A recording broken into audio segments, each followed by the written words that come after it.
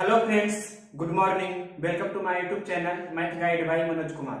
आज हम लोग 25 जनवरी 2021 को शिफ्ट 2 में जो मैथ का क्वेश्चन पूछा गया है उसका एनालिसिस करेंगे। 100% रियल क्वेश्चन होंगे। शिफ्ट 1 में जो क्वेश्चन छूट गए हैं वो इस वीडियो में कवर हो जाएंगे। तो देखिए क्वेश्चन नंबर फर्स्ट है, ये आपको सीरीज दिया गया है कि बहुलक और माध्यिका बताइए। बहुलक को इंग्लिश में बोलते हैं मोड और माध्यिका को बोलते हैं मीडियन।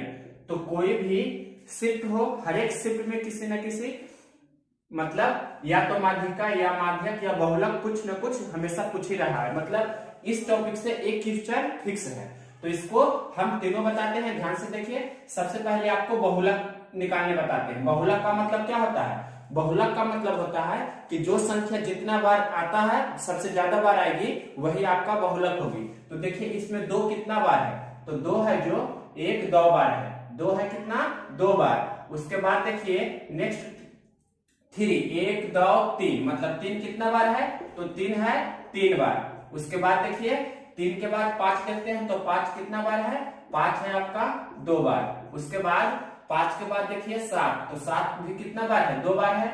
उसके बाद देखिए 9, तो 9 कितना बार है? एक ही बार है। तो आपको यहां से दिख रहा होगा कि 3 सबसे ज्यादा बार है, 3 बार है। तो आपका बहुलक कितना हो जाएगा? इस प्रश्न का बहुलक हो जाएगा आपका, जिसे इंग्लिश में बोलते हैं मोड। तो इस सीरीज का मोड हो जाएगा 3। मतलब 3 है एक बार, 2 बार, 3 बार, मतलब सबसे ज्यादा बार है 3। तो 3 आपका हो जाएगा क्या? बहुलक। नेक्स्ट देखिए माध्यिका, जिसे मीडियन बोलते हैं।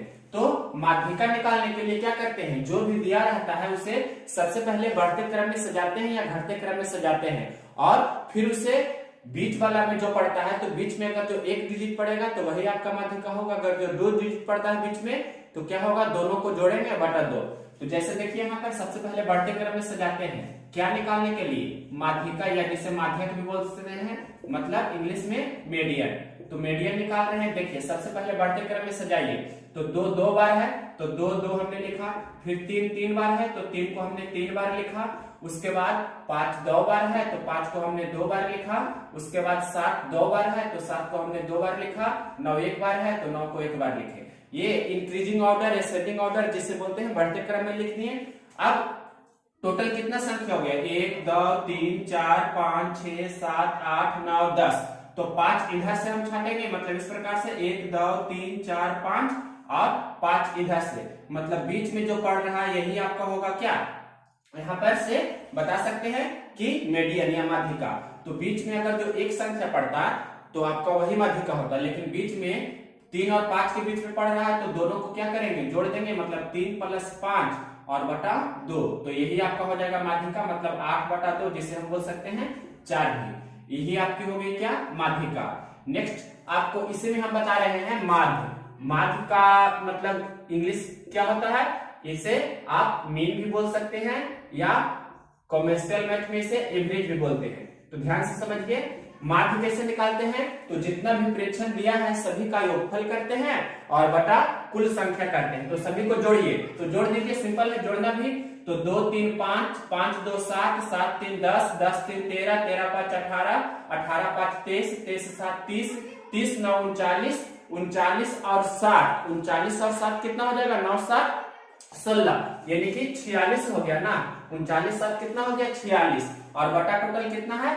8। या आप फिर से जोड़कर देख सकते हैं, किसी इसको भी जोड़िएगा तो उतना ही आएगा ना। 2 2 4, फिर 3 3 3 6 और 4 इधर 10 हो गया। 10 3 13 5 18, 18 5 23 7 30, और 30 और 9 7 16, तो 30 और 16 कितना हो जाएगा? 46। तो 46 बटा 8 ही आपका होगा इसका माध्य। या कैंसिल भी कर सकते हैं, तो 23 बटा 4 बोल सकते हैं, या दशमलव में जो भी होगा, मतलब 23 बटा 4 आपका क्या हो जाएगा? माध्य।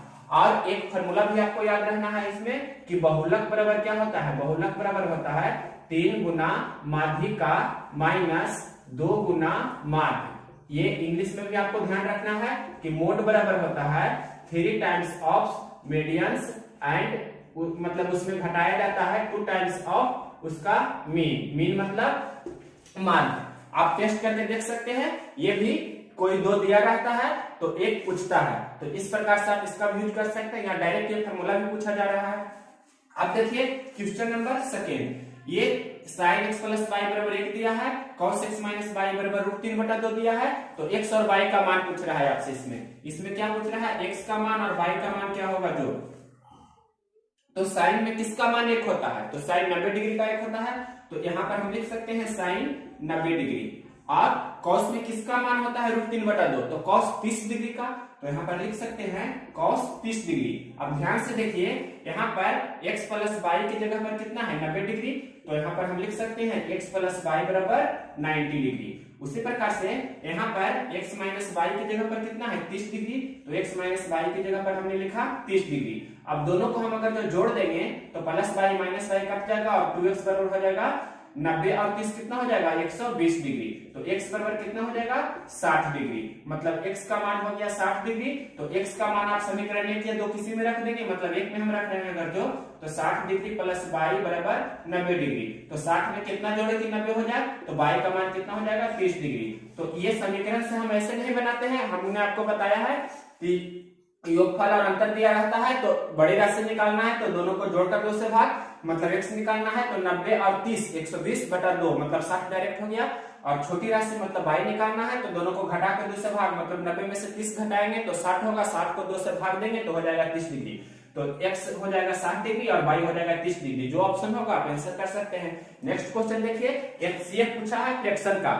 तो फ्रैक्शन ऑफ HCF क्या होता है, अंश का हो जाएगा, मतलब इसका हो जाएगा HCF और हर का हो जाएगा LCM। दैट मींस कहने का मतलब मेरे है कि HCF पूछ रहा है फ्रैक्शन का, तो जो भी अंश में लिखा गया है, मतलब 1 है 3 है 4 है फिर 4 है, जो भी लिखा गया है 1 3 4 4 5, इसका HCF बटा हर में जो लिखा गया है उसका क्या करते हैं LCM, मतलब 2 4 3 5 6 इसका LCM। तो ध्यान से देखिए 1 3 4 4 5 का HCF क्या होगा, इसका हाईएस्ट कॉमन फैक्टर 1 ही है तो इसका HCF 1 हो गया।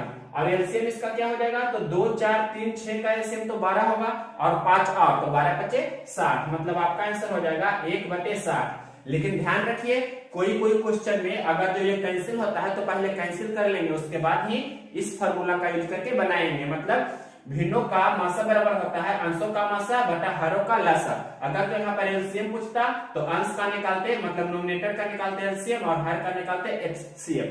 तो इस प्रकार से आपको ध्यान रखना है ऐसे प्रश्न को। देखिए क्वेश्चन नंबर 4। क्वेश्चन नंबर देखिए 4 नंबर क्वेश्चन सिंप्लीफिकेशन का है, इसका आपको मान निकालना है। तो सबसे पहले ये 3 से 3 कैंसिल हो जाएगा, 5 एकम 5 और 5 पचे 25। तो ये करली ब्रैकेट मंडली कोष्ठ के अंदर में 1/5 हो गया। तो 1/5 को हम 1/5 से भाग देंगे तो क्या हो जाएगा 1 हो जाएगा। ये आप इसे ऐसे भी कर सकते हैं 1/5 और भागा को गुना करेंगे तो 5/1, तो आपका आंसर कितना हो जाएगा 1।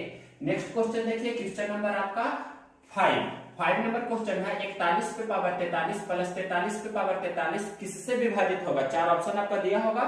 तो यहाँ पर क्या कीजिएगा कि ये फॉर्म होता है, जैसे a पर पावर हम लिख रहे हैं m, a पर पावर m प्लस यहाँ पर लिख रहे हैं b पर पावर भी m, मतलब पावर दोनों का क्या है सेम है। तो इस स्थिति में ये हमेशा किससे विभाजित होता है, तो a प्लस b से, ये हमेशा a प्लस b से विभाजित होता है। तो आप यहाँ पर जब ऑड पावर रहता है m क्या है 43 है, जो ऑड है पावर में है ऑड है, यहाँ पर लिख देते हैं m क्या है ऑड। ऑड मतलब हम बोलते हैं हिंदी में इसे विषम। जैसे यहाँ पर लिखा रहेगा a पे पावर 1 प्लस b पे पावर 1, मतलब a प्लस b खुद a प्लस b से विभाजित हो जाएगी। 1 के बाद विषम संख्या कितनी होगी 3 होगी, तो यहाँ पर 3 रहेगा तो a³ प्लस b³, तो a प्लस b से हमेशा वो विभाजित होती है। उसी प्रकार से a5 प्लस b5 रहेगा तब भी a प्लस b से विभाजित होगा। तो आपको इतना समझना है, जैसे यहाँ पर विषम संख्या 43 है तो a प्लस b का मतलब क्या हो जाएगा 41 प्लस 43। तो 41 प्लस 43 का मतलब क्या हो गया कि ये 84 से हमेशा विभाजित हो जाएगी। नेक्स्ट क्वेश्चन देखिए क्वेश्चन नंबर 6। ये आपको इस प्रकार का सीरीज जब भी रहे तो इसका फॉर्मेट होता है जो पता होना चाहिए कि अगर जो हम यहाँ पर a रखेंगे तो इसका फॉर्मूला होता है √4a प्लस 1 और प्लस 1/2। तो अगर जो ये दो फैक्टर में टूट जाता है और दोनों का जो डिफरेंस होता है दोनों फैक्टर का 1 होता है तो आपका प्लस रहने पर बड़ा वाला आंसर होगा और माइनस रहने पर छोटा वाला। तो यहाँ पर तो दो फैक्टर में 7 को नहीं तोड़ सकते हैं, 7 को तोड़ेंगे तो 7 गुना 1 या 1 गुना 7 जो भी लिखिएगा, तो दोनों का आपको देख रहे हैं कि दोनों का मतलब जो अंतर है 6 है, दोनों का अंतर 1 होना चाहिए। तो ये तो इसमें फिट नहीं बैठ रहा है, तो आपको ये फॉर्मूला यूज करना होगा। तो 1 की जगह पर कितना रखेंगे 7, तो आपका आंसर हो जाएगा 4 गुना 7 प्लस 1 का स्क्वायर रूट प्लस 1/2। तो 7 को 28 से 29 रूट 29 प्लस 1/2 ही आपके प्रश्न का आंसर होगा। नेक्स्ट क्वेश्चन देखिए, क्वेश्चन नंबर आप इसके बाद इसी में हम आपको अगर जो 7 के जगह पर लिख दिए कि 12, यहाँ पर हमने लिख दिया 12 plus root under 12 plus root under, मतलब इसी प्रकार से कंटिन्यू सीरीज है, इन्फिनिटी तक है। तो 12 को ऐसा 2 टुकड़ा में तोड़ सकते हैं जिसका दोनों का अंतर 1 होना चाहिए। तो क्या होता है 3 गुना 4 12 होता है, तो दोनों का अंतर कितना 1 है, मतलब n इंटू n प्लस 1 के फॉर्म में तोड़ना है। और तोड़ने के बाद अगर जो इसमें प्लस वाला है लिखा हुआ तो बड़ा वाला आंसर होगा, मतलब प्लस रहने पर क्या होगा बड़ा वाला आंसर n प्लस 1 होगा। अगर जो यहाँ पर माइनस है, प्लस की जगह पर माइनस है, तो माइनस रहने पर क्या होगा छोटा वाला आंसर होगा, मतलब 1 होगा। तो यहाँ पर प्लस है तो क्या आंसर हो जाएगा 4। अगर जो यहाँ पर माइनस रहता सभी जगह तो आंसर हो जाता 3। ये भी आपको ध्यान रखना है। क्वेश्चन नंबर ये था 6। अब देखिए क्वेश्चन नंबर 7। इसका बहुत सारे प्रकार होते हैं, आपको याद रखना है इसे। क्वेश्चन नंबर आपको बताना है 7 नंबर क्वेश्चन बहुत ही इजी है। बोल रहा है प्रश्न में कि 58,346 इस प्रकार से लिखा गया है। 58,346 में 3 के नहीं 8 के स्थानीय मान और जातीय मान का अंतर बताना है।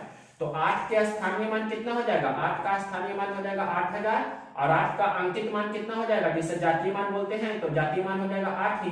दोनों का अंतर तो घटा दीजिए, तो 10 में से 8 जाएगा 2, यहाँ पर हो जाएगा 7992। ये आपका आंसर हो जाएगा। क्वेश्चन नंबर देखिए इसी प्रकार का स्थानीय मान और जातीय मान से क्वेश्चन और है कि 53,638 इस प्रकार से लिखा गया है 53,638।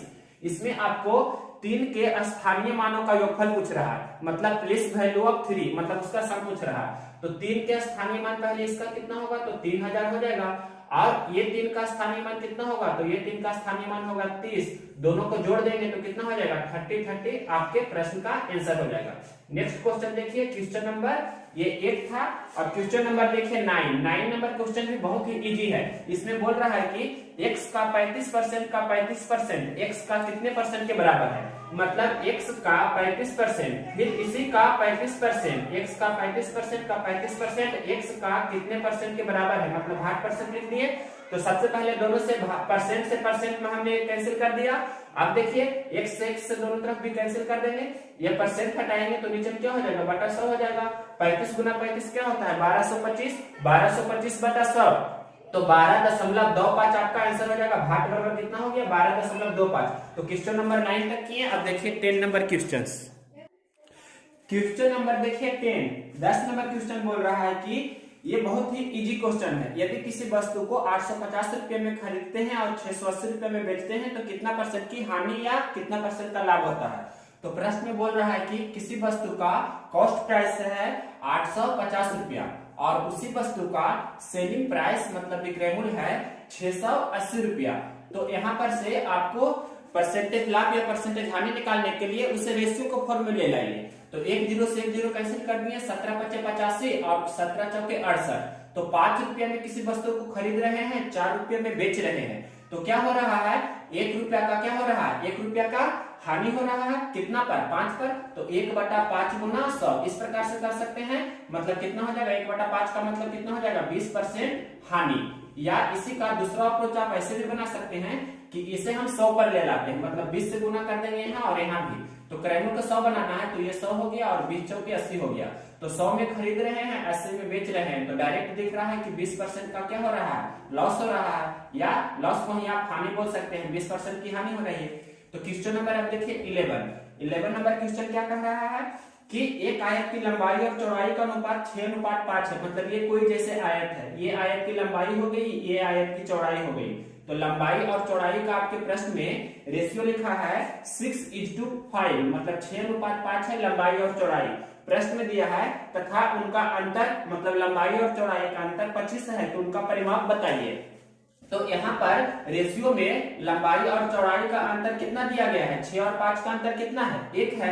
यहाँ पर आपको दिखा भी सकते हैं 6 - 5, तो अंतर कितना है? 1 है। और प्रश्न में लिखा है 25 अंतर है, मतलब एक रेशियो का वैल्यू कितना दिया है? 25। तो 1 में 25 से गुना करने पर 25 हो रहा है, तो 5 में भी 25 से गुना करेंगे तो 125 होगा, और 6 में भी 25 से गुना करेंगे तो कितना होगा? 150 होगा। मतलब आपको क्या निकालना है? प्रश्न में पूछ रहा है आपसे कि उस आयत का परिमाप बताइए। आयत का परिमाप बताना है तो लंबाई आपका हो गया कितना? 150, और चौड़ाई हो गई आपके प्रश्न में 125। तो दोनों को परिमाप का मतलब क्या होता है? परिमाप का मतलब होता है 2 इंटू लंबाई प्लस चौड़ाई। तो 2 इंटू लंबाई मतलब 150 और 125 को जोड़ेंगे तो कितना हो जाएगा? दोनों को जोड़ दीजिए तो 50 मतलब 275 हो जाएगा। 50 25 75 और 1 200, तो गुना कर देंगे तो 5 दूनी 10, 7 दूनी 54, 55, यानी कि 550 क्या हो जाएगा? मीटर। ये परिमाप होता है जो मीटर में लंबाई चौड़ाई होती है मीटर में, क्षेत्रफल होता है वर्ग मीटर में। तो आपको पता होना चाहिए, तो 550 मीटर ही आपके प्रश्न का आंसर होगा।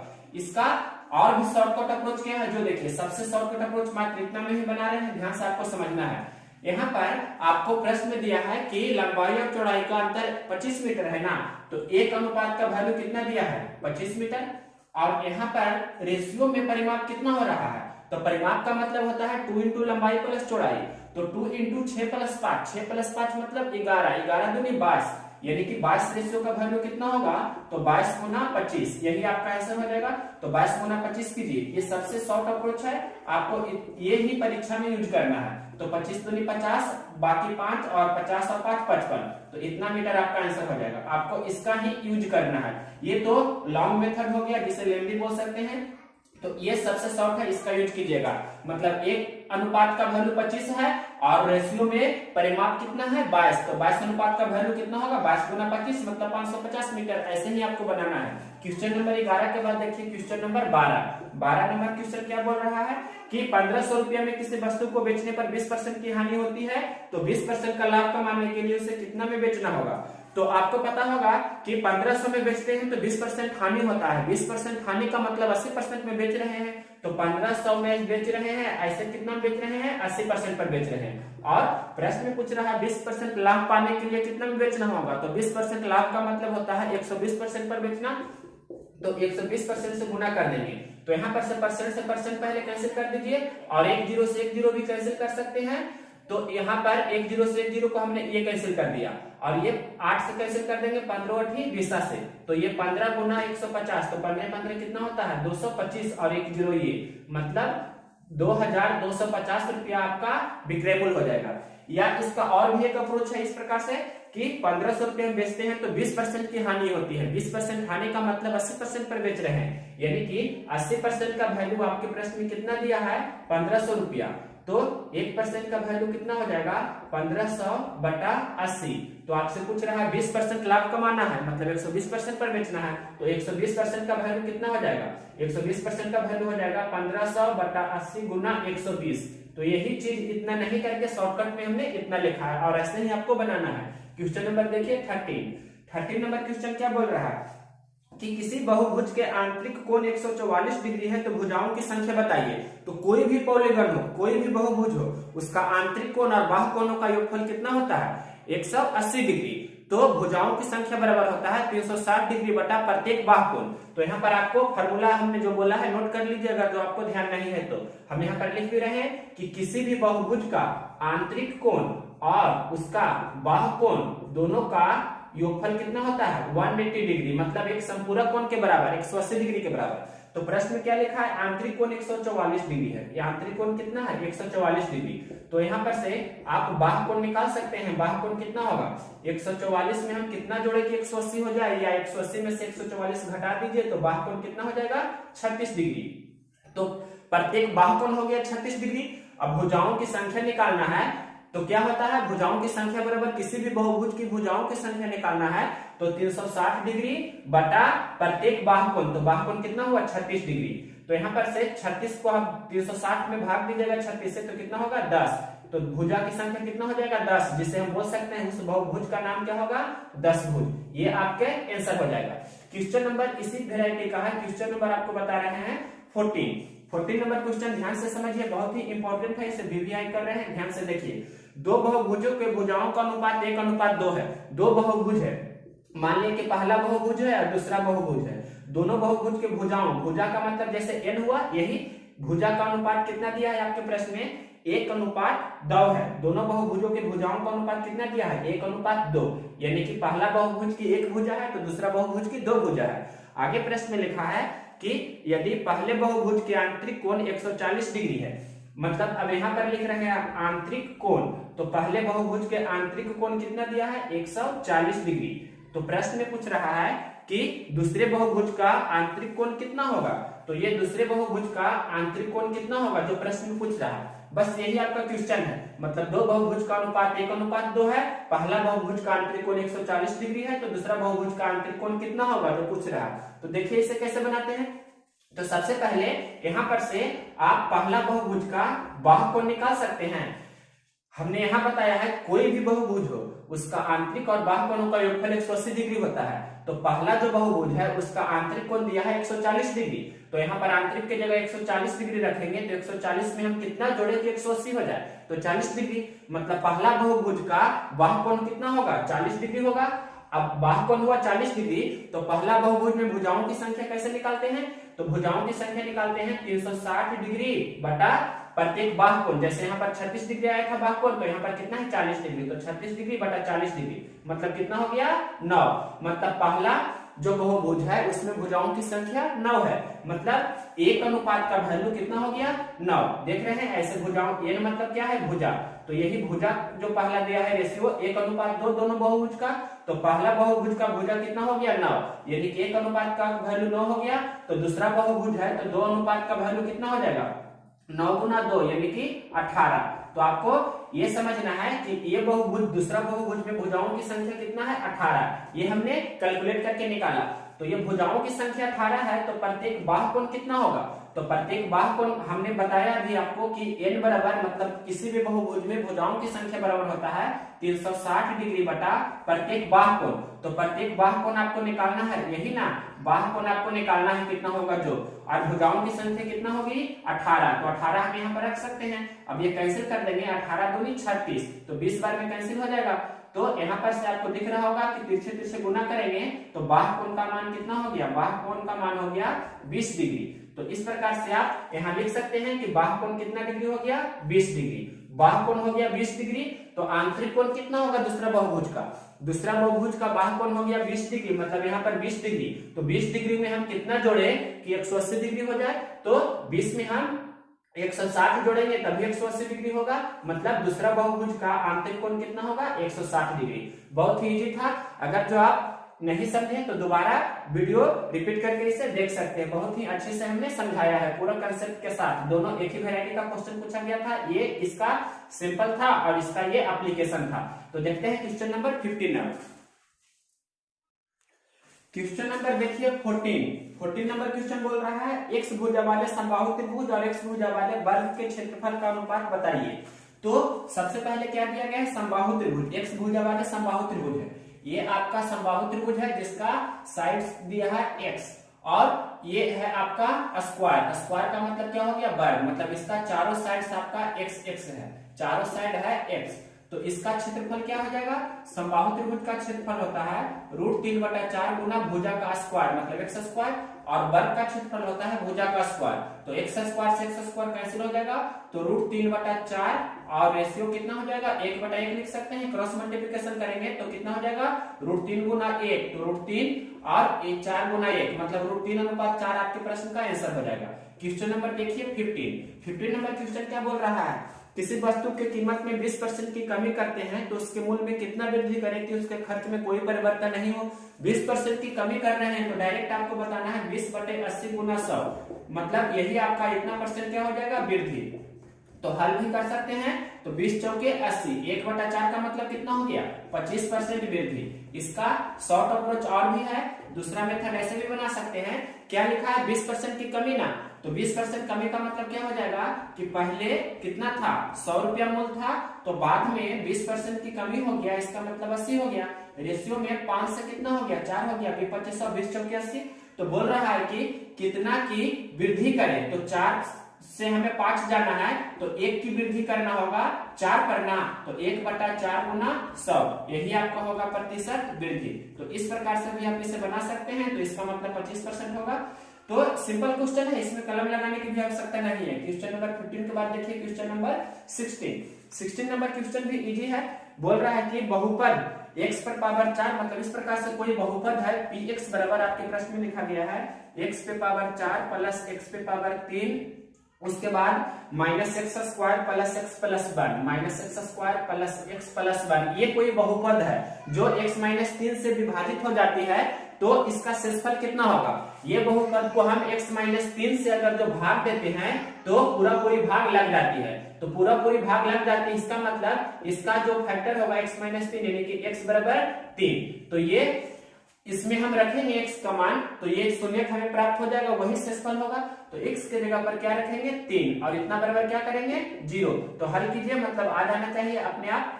तो देखिए 3 पे पावर कितना होगा 4 होगा, और प्लस यहाँ 3 पे पावर कितना होगा 3, और 3 का स्क्वायर और प्लस 3 प्लस 1, जो भी हल करके आएगा वो आपका आंसर होगा। तो ये हो जाएगा 81, ये हो जाएगा 27, ये हो जाएगा 9 और ये हो जाएगा 4। तो ध्यान से देखिए क्वेश्चन इजी है, 27 में से 9 घटाइए तो कितना हो गया 18, मतलब 81 प्लस 18 और 4 22, आप जैसे चाहे जोड़ सकते हैं, मतलब 1 और 2 3 हो जाएगा और 8 तो 10, 103 आपके प्रश्न का आंसर होगा। क्वेश्चन नंबर देखिए 17 नंबर क्वेश्चन भी इजी है। इसमें बोल रहा है कि 2.6 वर्ष को कितने वर्ष महीने और दिन में बदला जा सकता है, लिखा जा सकता है। 2 पॉइंट कितना लिखा है 2.6 वर्ष है, तो 2.6 वर्ष है, तो इसे आप ऐसे लिख सकते हैं 2 प्लस 0.6, और 2 प्लस 0.6 को आप लिख दीजिए 2 प्लस 6/10, तो ये 3 दूनी 6 5 दूनी 10, मतलब 2 पूर्णांक 3/5 क्या हो गया वर्ष हो गया। इसका मतलब 2 वर्ष है और 3/5 भी वर्ष है, तो वर्ष को महीना बदलेंगे तो 12 से गुना कर देंगे, तो ये हो जाएगा आपका माह, जिसे आप महीना भी बोलते हैं या मंथ भी बोलते हैं। तो 12 के 36/5 हो गया, इसे हम लिख सकते हैं 2 वर्ष और 36/5 माह। अब देखिए 36 को 5 से डिवाइड करेंगे तो क्या हो जाएगा 7.1/5, इतना माह हो जाएगा, तो 7 माह और 1/5 माह, तो हम लिख सकते हैं कि 2 वर्ष 7 माह और 1/5 माह, तो 1/5 महीना है उसे दिन में बदलेंगे तो 30 से गुना करना होगा, तो 30 से गुना करेंगे तो ये दिन में बदला जाएगा, तो 5 6 के 30, यानी कि 2 वर्ष हो गया 7 महीना हो गया और 6 दिन हो गया, यानी कि 2.6 वर्ष को कैसे लिखा 2 वर्ष 7 महीना और 6 दिन। इस प्रकार से आप यही जो ऑप्शन होगा वो आपका आंसर होगा। क्वेश्चन नंबर देखिए 18 नंबर क्वेश्चन क्या कह रहा है कि एक व्यक्ति ने 3700 रुपया 3 अलग अलग बैंकों में 4%, 5% और 6% वार्षिक ब्याज की दर से साधारण ब्याज की दर से जमा किया।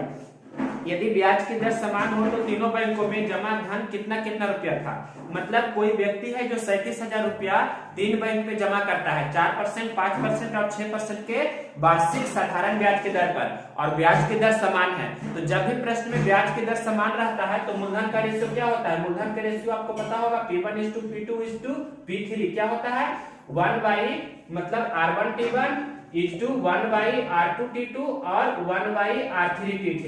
ये क्या है आपको पता होना चाहिए, R इंटू T बराबर क्या होता है साधारण ब्याज, तो आपको पता रहना चाहिए ये। तो रेट दिया है 4%, 5%, 6% और वार्षिक का मतलब हुआ समय दिया है 1 वर्ष। तो यहाँ पर से लिख सकते हैं कि 1/4 गुना 1 इज टू 1/5 गुना 1 इज टू 1/6 गुना 1, मतलब 1/4 5 6 है।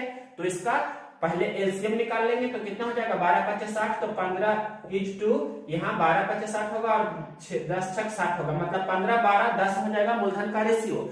तो 15 12 27 और 10 37, यानी कि 37 रेशियो का वैल्यू आपके प्रश्न में 37 रेशियो का वैल्यू कितना दिया है 3700 रुपया दिया है। 37 रेशियो का वैल्यू 3700 रुपया, तो एक रेशियो का वैल्यू कितना होगा 100 रुपया होगा। तो सभी में आपको 100 से गुना करना होगा, तो 100 से सभी में गुना करेंगे तो पहला का धन हो जाएगा 1500, दूसरा का हो जाएगा 1200 और तीसरा का हो जाएगा कितना 1000 रुपया। तो इस प्रकार से तीनों बैंक में जमा धन आप निकाल लिए। तो क्वेश्चन नंबर 18 था, उसमें ब्याज समान था, तो जब भी ब्याज समान रहता है तो P1:P2:P3 होता है 1/R1T1 1/R2T2 1/R3T3। अगर जो मिश्रधन समान हो तो क्या होता है P1:P2:P3 बराबर होगा 1/100 plus R1T1 इजटू 1/100 plus R2T2 इजटू 1/100 plus R3T3। ये कब होता है? जब मिश्रण समान रहेगा तब। क्वेश्चन नंबर देखिए 19। क्वेश्चन नंबर 19 कह रहा है कि 90 किलोमीटर प्रति घंटा की चाल से चलने वाले एक रेलगाड़ी 15 मिनट में कितनी दूरी तय करेगी? तो आप जानते हैं दूरी पूछ रहा है, तो दूरी बराबर आप जानते हैं क्या होता है? चाल गुना समय। दूरी बराबर होता है चाल गुना समय। तो कितना चाल से चला जा रहा है? 90 के स्पीड से और 15 मिनट में। तो 90 किलोमीटर प्रति घंटा है, तो मीटर प्रति सेकंड में इसे बदल देंगे, या किलोमीटर प्रति घंटा में रहने देते हैं, तो समय को आपको घंटा में बदलना होगा। 15 मिनट दिया है तो 15 मिनट, तो 15/60 हो जाएगा घंटा।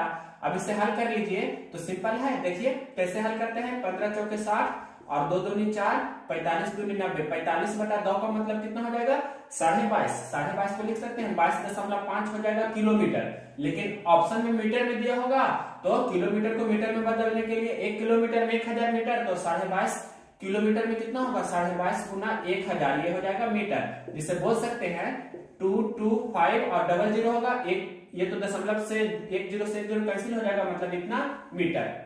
ये क्वेश्चन नंबर जो भी है, क्वेश्चन नंबर आपका 19। अब देखिए क्वेश्चन नंबर 20 नंबर क्वेश्चन क्या कह रहा है कि 24 आदमी किसी काम को 5 दिनों में करते हैं, उसी काम को 6 दिनों में समाप्त करने के लिए पहले से कितना आदमी काम पर कम लगाना होगा? मतलब अंतर पूछ रहा है एक प्रकार से।